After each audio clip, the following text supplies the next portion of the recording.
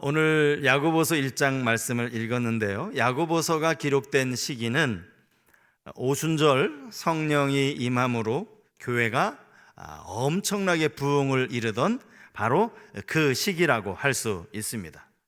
그와 동시에 유대인의 핍박이 있었죠. 스데반 집사님을 돌로 쳐서 죽인 유대인들이 이제 모든 그리스도인들에게 더 강하게 핍박하던 바로 그 시기라고 할 수 있겠죠. 이 편지는 흩어져 있는 12지파에게 문안한다라고 되어 있는 것을 보니까 12지파에게 쓴 편지입니다. 이들은 박해를 피해서 세계 각지에 흩어져 있던 사람들이었습니다. 여러분, 디아스포라라는 말을 기억하십니까? 디아스포라, 이것은 흩어진 사람들이라는 뜻입니다. 박해를 피해서 각지에 흩어져 있는 바로 그 사람들, 이들이 이 편지를 받는 수신자였습니다. 12지파라고 말했는데 12지파는 구약의 이스라엘 아들, 그 12지파를 의미하면서 동시에 신약으로 넘어와서는 이 땅에서 예수를 주로 믿는 모든 신실한 성도들, 이 땅에서 오늘도 이렇게 하나님을 예배한 우리 모두에게 주시는 그 말씀, 이 편지가 오늘 우리에게 주는 편지다라고 할 수 있겠죠. 이 편지를 쓴 사람은 야고보입니다. 이 야고보는 예수님의 12사도 가운데 한 사람 야고보가 아니고 예수님의 친동생 야고보입니다. 요한복음 7장에 보면 이 예수님의 형제들, 예수님 밑에 이 야고보도 있었고 또 유다도 있었고 여러 명이 있었는데 이들은 예수님을 메시아로 믿지 않았다라고 성경이 기록하고 있어요. 어찌 보면 그럴 수도 있겠다 싶습니다. 왜냐하면 30살이 될 때까지 예수님은 아버지를 모시고 또 동생들을 거느리면서 그렇게 잘 돌보는 아주 좋은 효자이면서 좋은 형이었기 때문이죠. 어느 날 갑자기 내가 하나님의 아들이다 라고 말하는 것을 누가 첫 번부터 그 말을 믿을 수가 있겠습니까? 그런데 이 야고보가 예수님의 죽으심을 보았고요, 예수님의 부활하심도 보았습니다.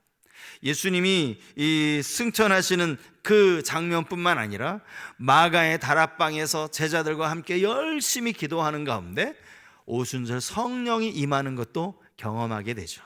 그래서 야고보는 신실한 그리스도인으로 살아가게 됩니다. 이 야고보가요, 초대교회의 초대 감독을 지내기도 했습니다. 우리는 감독하면 잘 모르지만 감리교는 감독 제도가 있어요. 목회자였다라는, 대표하는, 교회를 대표하는 사람이었다라는 말이죠. 낙타무릎이라는 말 여러분 혹시 들어보셨습니까? 낙타무릎. 이 말은 원래 성경에 나오는 말은 아니에요.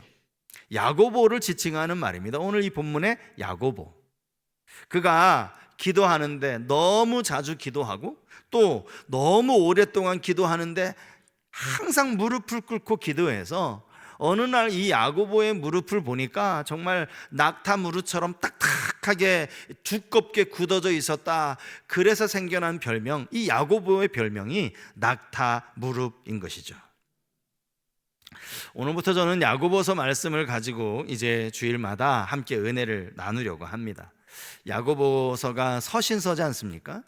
사실 바울 서신도 그렇고 신약 성경에 꽤 많은 서신서들이 있는데 이 서신서들의 그 가운데서 우리에게 익숙한, 또 우리에게 많이 알려진 그 구절만 따로 떼어놓고 묵상을 해도 사실 그 안에서도 얼마든지 은혜를 받을 수 있고 도전을 받을 수가 있어요. 하지만 여러분, 편지라는 건 한 사람이 글을 쓰기 시작해서 첫 인사부터 시작해서 마지막 끝 인사까지 쭉 한 번에 쓴 글이 편지 아닙니까? 그래서 이 서신서를 이해하기 위해서는 전체적인 흐름, 또 문맥, 문장 이런 것들을 좀 살펴보면 이 의미가 훨씬 더 깊이 있게 깨달아질 수 있습니다. 그런 의미에서 이제 천천히 하나씩 그렇게 살펴보기를 원하는 것인데요. 1절 말씀은 아주 짧은 인사말로 시작이 되고 2절부터 바로 본론이 시작이 됩니다. 야고보는 이들이 겪고 있는 시험 문제를 지금 이야기하고 있는데, 여기 성경에 나오는 이 시험이라고 번역된 헬라어에는 두 가지 뜻이 담겨 있어요. 똑같은 단어가 이 두 가지 뜻이 있는 것이죠. 하나는 유혹이라고 말하는 우리 내면에서부터 야기되는 시험, 이걸 시험이라고 부르고요. 그런가 하면 다른 하나는 우리의 외부에서부터 찾아오는 시험, 이걸 우리는 고난이라고 말하고 시련이라고 말하죠. 같은 단어인데 이 두 가지 뜻이 담겨 있습니다. 야고보서 오늘 1장 2절에 나와 있는 이 시험은 외부로부터 찾아오는 믿는 자들을 향한 많은 시련, 고난, 이런 것들을 의미하는 단어입니다. 1장 13절 이하에 쭉 가서 보시면 여기 또 시험이라는 단어가 또 나와요. 여기서 말하는 시험은 외부의 시험이 아니라 내면의 유혹에서부터 생겨난 또 시험이기도 합니다. 왜 같은 단어인데 이거는 이렇게 쓰여지고 저렇게 쓰여지는 거, 그걸 어떻게 아느냐? 그게 문맥을 통해서 알 수 있는 거예요. 앞에서도 말씀드렸지만 이 초대교회, 당시 초대교회는 말로 다 할 수 없는 핍박을 받아야만 했습니다. 무엇보다도 기독교인들은 우상 앞에 절하지 않는다라는 이 철저한 신앙을 가지고 있어서 로마 황제 신상 앞에 절하지 않겠다, 황제 숭배를 거절하는 것으로 말미암아 모진 고난을 견뎌야만 했습니다. 로마의 미치광이 황제라고 일컬어지는 네로, 여러분 잘 알고 계시죠? 그 네로가 로마 시내에 불지른 그 방화범이 기독교인이다 라고 몰아붙이더니 그때부터 얼마나 심하게 기독교인들을 박해했는지 몰라요. 원형 경기장 안에 기독교인들을 집어넣고 거기에 맹수들을 집어넣어서 맹수의 밥이 되는 그런 고난, 그런 핍박뿐만 아니라 인간 횃불이라는 말 여러분 들어보셨어요? 인간 횃불. 기독교인들을 큰 나무 기둥에 묶는 거예요. 그런 다음에 그 기독교인에게 몸에 불을 붙이는 거죠. 막 몸이 불타고 있는 그 채로 로마 시내 야간 조명으로 사용을 했다라는 거예요. 이게 그냥 우리 소설이나 허구가 아닙니다. 이런 이야기가요, 어디에 나오는가 하면 로마 역사가의 책이 나와요. 역사가에. 이런 일이 실제로 있었다라는 것이죠.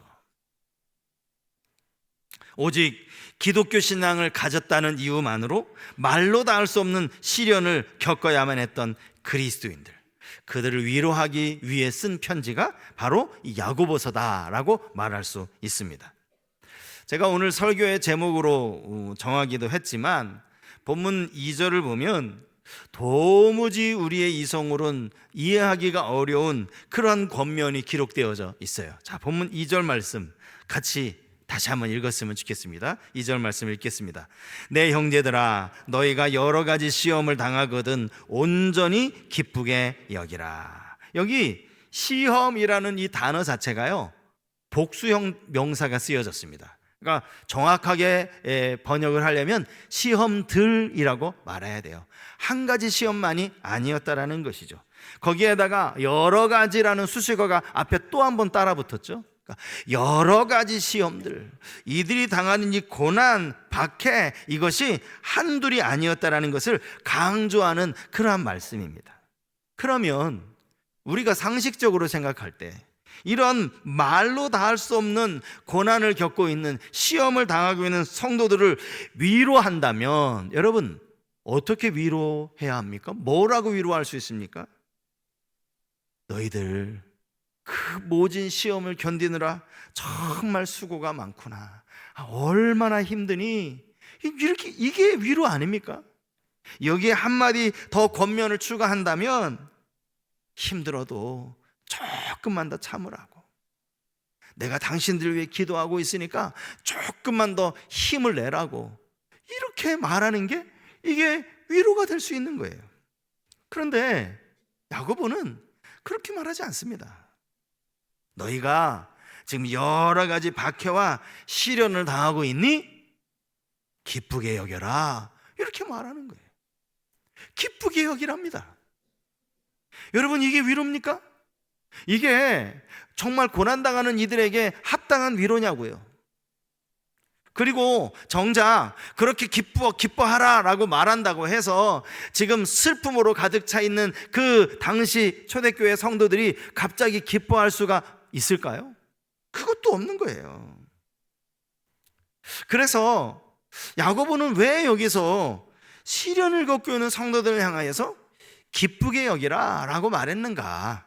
오늘 그 이유를 좀 몇 가지 생각을 해보려고 합니다. 우리가 시험을 기쁘게 여길 수 있는 방법, 시험을 기쁘게 여길 수 있는 이유, 그 중에 첫 번째는 결국 시험은 피할 수 없는 것이기 때문입니다. 시험은 아무도 피할 수 없는 것입니다. 우리가 생각할 때 막 시험을 당하는 사람들에게 가장 큰 격려는 될 수 있으면 그 시험을 좀 피했으면 좋겠다, 이런 권면일 수 있어요. 그죠? 시험 그만 좀 당하고 이 시험 좀 너 이제 제발 좀 그만 좀 당했으면 좋겠어 라는 것이 최고의 격려일 수 있습니다. 하지만 여러분, 믿는 신자에게 시험은 절대 피할 수가 없는 거예요. 결코 피할 수가 없습니다. 시험이 없는 신앙생활은 없다, 이런 표현 들어보셨어요? 시험이 없는 신앙생활은 없어요.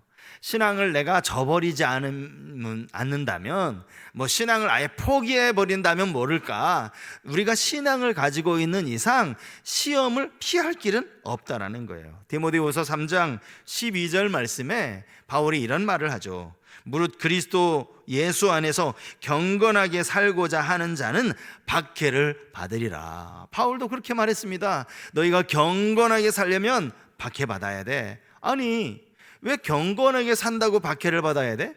경건하게 사는 것과 박해받는 것이 이게 무슨 상관관계가 있다라는 거야 라고 생각하기가 쉬워요. 그런데 그럴 수밖에 없는 이유가 있습니다. 이 세상을 지금 악한 권세가 장악하고 있기 때문입니다. 공중 권세 잡은 자가 이 사탄 마귀이기 때문입니다. 그러므로 성도가 경건하게 산다라고 하는 것은, 믿음으로 산다라고 하는 것은 이 악한 권세를 거스르는 거예요. 세상을 거스르는 거예요. 그렇기 때문에 시험을 받을 수밖에, 박해를 당할 수밖에 없다라는 거예요. 예를 들어서 어떤 사람이 배를 탔어요. 그 배를 탔는데 배가 이렇게 물결 흐르는 대로 쭉 흘러가고 있는데, 마침 내가 가고자 하는 목적지도 이 물결 흐르는 대로 가다 보면 내가 가고자 하는 목적지가 있어요. 배를 잘 탄 거죠? 그러면 이 사람은 배를 타고 나서 노를 저을 필요도 없고 힘쓸 필요가 없습니다. 그냥 가만히 낮잠 한숨 푹 자고 나면 그냥 물결 흐르는 대로 배가 떠내려가서 자기가 가고자 하는 목적지에 도달하는 거예요. 그런데 어떤 사람은 배를 딱 탔는데 내가 가려고 하는 목적지가 반대편에 있어요. 물결은 이렇게 흐르는데 나는 지금 반대편으로 가야 돼. 그러면 어떻게 해야 되죠? 노를 저어야 되는 거예요. 힘써서 노를 저어야 됩니다. 물살이 거세면 거셀수록 더 열심히 노를 저어야 물결 흐르는 방향대로가 아니라 내가 가고자 하는 방향대로 배가 움직일 수 있는 거예요. 이게 신자라는 거예요. 이게 성도의 삶이라는 거예요. 믿음을 가지고 살아가는 것이 열심히 노져서 세상을 거슬러야 한다는 것이죠. 세상이 악하기 때문에 성도는 다르게 살아야 하고 다르게 살아가는 것이 결국 시험과 고난을 동반할 수밖에 없다라는 거예요. 여러분, 세상이 악하다는 것에 대해서 동의하십니까? 제가 한 2년 전인 것 같아요. 이제 여기 사택에 살 때 가까우니까 좀 운동을 좀 해야 된다, 이 운동 부족이다 싶어가지고 가까운 이제 헬스장에 등록을 했어요. 등록을 하고 PT라는 것도 제가 한 10번 정도 받아봤습니다. 벌써 다 까먹었죠. 그런데 첫날 이제 수업을 하는데요, 이 트레이너분이 제게 이런 걸 말하는 거예요. 선생님, 눈을 한번 감고 제자리에서 이 걸음을 걸어보라는 거예요. 눈 감은 채로 제자리 걸음을 걸으래요. 그 대신 팔을 좀 최대한 이렇게 높이 올려가면서 무릎도 거의 90도 가까이 이렇게 올려가면서 제자리 걸음을 걸어보래요. 뭐 이런 걸 시키나 싶어가지고 제가 눈을 감은 채로 제자리 걸음을 한 30초 했나요? 30초쯤 하니까 이제 눈을 뜨래요. 눈을 딱 뜨고 보니까 제가 이 정면을 쳐다보고 있었는데 옆을 쳐다보고 있는 거예요. 제자리를 걸었는데 내가 왜 이렇게 몸이 돌아갔지? 이상하다 했더니요, 그 트레이너가 하는 말이, 지금 선생님은 팔하고 다리가 뭔가 균형이 맞지 않아서 나는 똑바로 제자리 걸음을 걷는데 자연스럽게 이렇게 옆으로 돌아가게 된 것이다. 그 얘기를 듣는데 별로 기분이 안 좋더라고요. 하는 말이, 선생님 말고 대부분 이런 경우가 많다고. 제가 막 이제 런닝모션을 하다가 또 어떤 분이 저 밖에서 막 걷고 있는 거예요. 내가 유심히 봤어요. 저분도 영락없이 돌아가더라고요. 제가 그걸 보면서 느낀 게 있습니다. 나는 똑바로 걷는다고 해도 내 몸에 뭔가 균형이 안 맞으면 내 의지와 내 생각과 상관없이 몸이 이렇게 45도 돌아갈 수밖에 없는구나. 여러분, 세상이 그런 거예요. 여러분, 세상이 가만히 아무것도 하지 않고 가만히 앉아 있으면 여러분들 마음에 거룩한 생각들로 가득 찰 것 같습니까? 아니면 온갖 더럽고 죄악된 생각으로 가득 찰 것 같습니까? 후자예요. 우리는 가만히 있으면요, 온갖 더럽고 악한 생각들이 우리 마음을 사로잡게 되어 있는 거예요. 이게 우리가 가지고 있는 죄성 아닙니까? 그래서 우리가 항상 그걸 늘 인식해야 돼. 인식. 내가 지금 이 악한 세상 가운데 살아가고 있다는 걸 늘 인식하고, 그리고 나서 똑바로 걸을 수 있도록 그렇게 애를 써야 한다는 거예요. 그렇게 되지 않기 위해서 힘을 들여야 한다는 것이죠. 세상을 살아가면서도 마찬가지라는 겁니다. 세상이 흐름에 동지하지 않으면 세상은 우리를 가만히 내버려 두지 않습니다. 그래서 박해가 있고 고난이 있는 거죠. 시험을 당할 때 기쁘게 여기라라는 이 말씀 속에는 또 다른 한편으로는 안심하라, 이런 뜻도 담겨 있습니다. 안심하라. 뭘 안심하라는 걸까요? 내가 지금 신앙의 길을 제대로 가고 있는 거니까 안심하라, 그거예요. 어떤 사람이 믿음을 지키다가 이런저런 불이익을 당하고 어려움을 겪습니다. 또 어떤 사람은 믿음 지키는 것 때문에 육체적인, 물리적인 핍박을 겪습니다. 그때 이 기뻐라는 말이 막 어린아이처럼, 정신 나간 사람처럼 막 웃으라, 즐거워라, 그런 의미가 아니라, 내가 믿음으로 살고 있는데 이런 핍박을 받는 것 보니까 내가 지금 잘 가고 있는 거구나, 내 믿음이 지금 제대로 동작하고 있는 거구나 라고 생각을 하면 여러분, 안심이 되지 않아요? 내가 그래도 정말 믿음대로 살고 있기는 하는가 보다, 안심이 되지 않습니까? 이 기뻐하라는 말씀 속에 내가 그래도 주님 바라보며 잘 가고 있습니다 라는 마음에서 나오는 감사요, 기쁨일 수 있다라는 거예요. 믿는 자에게 시험은 절대 피할 수 없습니다. 또 하나 우리가 시험을 당하면서 기뻐할 수 있는 더 궁극적인 이유가 있다면 그것은 인내의 열매가 그만큼 값지기 때문입니다. 인내의 열매. 인내라는 주제에 대해서 지난 특세 때도 제가 한번 말씀을 드린 적이 있고요. 특세만이 아니라 제가 지금까지 성서교회 설교하면서 아마 인내에 대해서 아마 수도 없이 말씀을 드렸을 거예요. 제가 일부러 오늘은 인내에 대해 설교해야지 그래서가 아니라 그만큼 성경의 많은 부분에 이 인내를 우리에게 교훈하고 있기 때문입니다. 그 중에서도 로마서 5장 3절 이하의 말씀에서는 이렇게 기록이 되어져 있죠. 다만 이뿐 아니라 우리가 환난 중에도 즐거워하나니 이는 환난은 인내를, 인내는 연단을, 연단은 소망을 이루는 줄 알미로다. 우리가 시험을 닥치면요, 대부분 많은 사람들이 내가 당하는 이 시험에만 몰두하는 경향이 있어요. 무슨 말이냐? 내가 이런 어려움이 찾아왔어요. 이 시험이 도대체 내게 얼마나 오래 갈까? 온통 여기에만 집중하는 거예요. 이 시험이 나를 또 얼마나 더 힘들게 만들까? 온통 시험에만 몰두하는 거예요.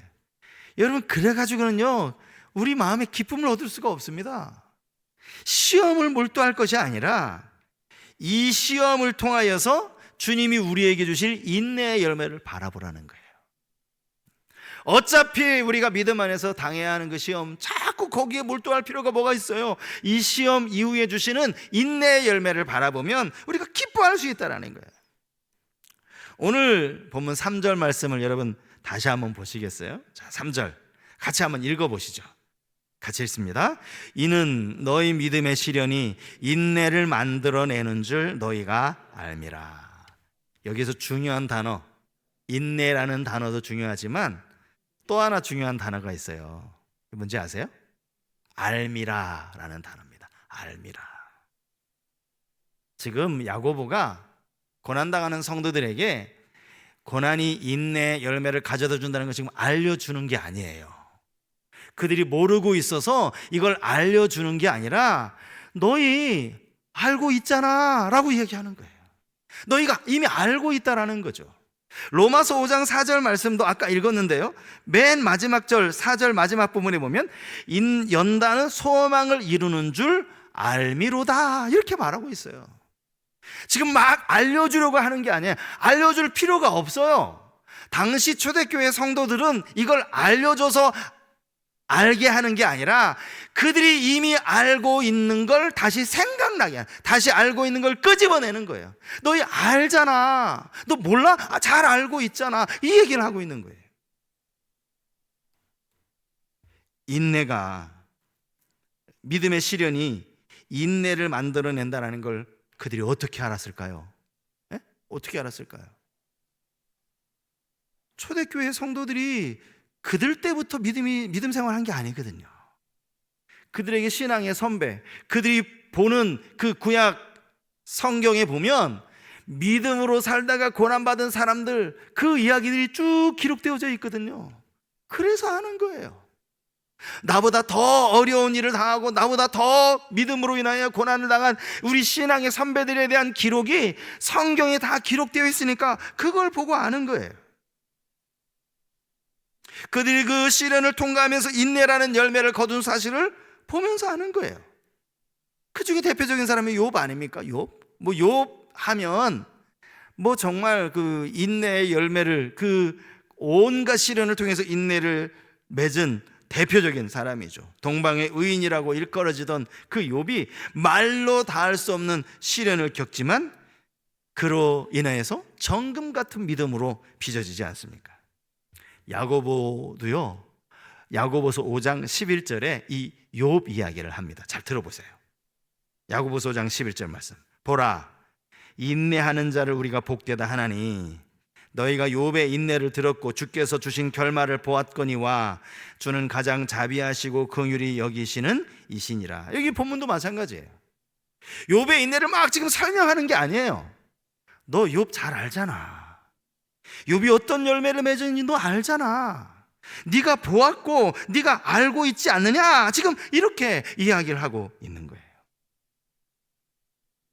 인내는 믿음의 시련을 감당해내는 그 과정에서 맺게 되는 열매입니다. 어떤 나무든 어떤 과일 나무든 나무를 심고 그 즉시로 열매 맺는 것은 아니죠. 열매를 맺으려면 과정이 필요합니다. 때로는 눈물 나는 농부의 고생과 수고가 요구된다는 것이죠. 그렇게 애쓰고 수고하고 땀 흘리고 그 모든 노력 끝에 열매가 맺히는 거예요. 그러니 그 열매가 얼마나 귀한 거예요. 우리는 그냥 그 가게에서 과일 하나 사 먹는 거 아무렇지도 않게 돈 얼마 주고 사 먹지만 그 열매 하나를 따기 위해서 농부가 1년 내내 얼마나 애쓰고 수고했는지, 열매의 가치를 농부는 아는 거예요. 우리는 잘 몰라요. 인내라는 열매는 고난과 시험을 재료로, 비료로 삼는 열매입니다. 고난이 아무리 힘들어도 그 고난을 통과하지 않고서는 인내의 열매를 맺힐 수가 없다는 사실, 여러분 꼭 기억하실 수 있기를 바랍니다. 여러분 눈앞에 놓여 있는 자꾸 시험만 보지 마시고 그것으로 인한 인내의 열매를 보실 수 있길 바랍니다. 그래야 기뻐할 수 있는 거예요. 마지막, 우리가 시험을 기뻐할 수 있는 또 하나 이유가 있다면 그것은 그 시험으로 완전하고 성숙한 사람이 될 수 있기 때문이라는 거예요. 오늘 보면 4절에 나와 있는 말씀인데 제가 이 4절 말씀을 쉬운 성경 번역으로 준비를 했어요. 자, 4절 쉬운 성경 말씀인데 우리 같이 한번 읽어 보면 좋겠습니다. 같이 읽습니다. 여러분이 하는 모든 일을 참고 견디어 조금도 부족함이 없는 완전하고 성숙한 사람이 되십시오. 이것이 4절 말씀입니다. 완전하고 성숙한 사람이 되기 위해서 인내를 온전히 이루라는 거예요. 인내를 온전히 이루라는 말, 쉬운 성경에는 모든 일을 참고 견디라고 되어 있고요, 흔들리지 않고 끝까지 인내하라고 되어 있습니다. 그런 성도에게 놀라운 복을 주시겠다라는 것이죠. 여기 온전하다라는 이 말은요, 완전하다, 쉬운 성경이 완전하다라고 번역이 되어 있어요. 또 구비하여라는 말은 모든 부분에 완비가 되었다, 이런 뜻이고요. 조금도 부족함이 없다라는 이 말 그대로예요. 흠잡을 데가 하나도 없는, 모든 것이 완벽하게 갖춘 바로 그런 사람이 된다라는 겁니다. 사실 이 말씀 이렇게 들어보면 도대체 이런 사람이 세상에 누가 있나 싶어요. 성경에 나오는 아주 위대한 신앙의 인물들도 이렇게 온전하고 흠이 없는 그런 사람은 없잖아요. 예수님 말고 이런 사람이 누가 있습니까? 우리는 죽었다 깨어나도요, 이렇게 완전하고 성숙한 사람이 될 수 없어요. 야고보 사도가 지금 이 말을 왜 하고 있는가, 그 의도가 뭔가 우리는 에베소서 4장 13절 말씀과 연결 지을 필요가 있습니다. 에베소서 4장 13절 말씀, 우리가 다 하나님의 아들을 믿는 것과 아는 일에 하나가 되어 온전한 사람을 이루어 그리스도의 장성한 분량이 충만한 데까지 이르리니, 그리스도의 장성한 분량이 충만한 데까지 이르는 것, 이것이 이 땅의 모든 성도가 가져야 할 목표이죠. 그리스도의 장성한 분량이 충만한 데까지 이르는 것, 예수님을 닮자, 예수님을 닮자. 저는 주일학교 때 항상 이 강대상 앞에 예수님을 닮자, 늘 그거 보면서 예배를 드렸어요. 우리의 삶이 예수 그리스도를 닮아가는 거, 이게 성경이 말하는 온전함이라고 말할 수 있는 겁니다. 여러분, 베드로 전서도 이와 비슷한 배경으로 쓰여진 편지거든요. 베드로 전서도요, 고난당하는 그리스도인들에게 위로하기 위해서 편지를 썼어요. 이게 베드로 전서인데 5장 10절에 보면 그가 이런 권면을 합니다. 자, 베드로 전서 5장 10절 같이 한번 읽도록 하겠습니다. 같이 읽습니다. 모든 은혜의 하나님 곧 그리스도 안에서 너희를 부르사 자기의 영원한 영광에 들어가게 하신 이가 잠깐 고난을 당한 너희를 친히 온전하게 하시며 굳건하게 하시며 강하게 하시며 터를 견고하게 하시리라. 온전하게 되는 거예요. 온전하게 되고 굳건하게 되고 강하게 되고 견고하게 되는 거, 이것이 시험을 통과한 자들에게 주시는 열매라는 사실입니다. 시편에도 보면 고난당하기 전에는 내가 그릇 행하였더니 이제는 주의 말씀을 지키나이다, 이런 말씀이 나오고요. 고난당한 것이 내게 유익이라 이로 말미암아 내가 주의 율례들을 배우게 되었나이다, 이런 고백이 나오고 있습니다. 고난은 우리를 온전하게 합니다. 고난을 통과하지 않고는 결코 우리가 온전해질 수 없다라는 사실이죠. 시험을 당했을 때 왜 기뻐해야 하는가, 그 세 가지 이유를 제가 말씀을 드렸습니다. 여러분, 성경이 기뻐하라잖아, 그냥 기뻐해야지 뭐 어쩌겠어. 하나님은 그걸 원하시는 게 아닙니다. 우리의 마음속엔 여전히 이 시험으로 인하여 아프고 힘들고 그냥 늘 눈물 짓고 있으면서 그냥 하나님 앞에서 표정만, 웃는 표정 짓는 거, 여러분, 하나님 그거 모르실까요? 인격적인 하나님이 그거 다 알고 계시죠. 왜 시험 가운데 기뻐하라 말씀을 하셨는가? 그만한 이유가 있다라는 거예요. 그 이유를 우리는 이미 알고 있습니다. 너무 시험에 그냥 우리의 모든 시선이 몰두한 나머지 잊어버렸을 수 있습니다. 나는 특별히 잘못한 것도 없고 믿음대로 살려고 지금까지 몸부림쳐 온 것뿐인데 내가 왜 이런 시험을 당해야 하는가? 그때는 우리가 알고 있는 것들, 예전에 들었던 것들, 내가 이미 가지고 있는 그 지식들을 한번 기억해내 보시기 바랍니다. 시험을 통해 맺을 수 있는 열매가 무엇인지, 이 인내를 통해서 여전히 흠 많고 여전히 연약한 우리를 그리스도 닮은 모습으로 빚어가신다라는 이 약속의 말씀 붙들고 올 한 해 지금 시험을 지나오고 계시는 분들 많이 계시죠. 또 여전히 힘들어하는 분들도 계실지 모르겠어요. 오늘 이 말씀이 여러분들에게 살아있는 말씀, 영적인 검이 되기를 축복합니다. 그리고 시험 가운데 기뻐하는 우리 모든 성도님들 다 되실 수 있기를 우리 주님의 이름으로 축복합니다.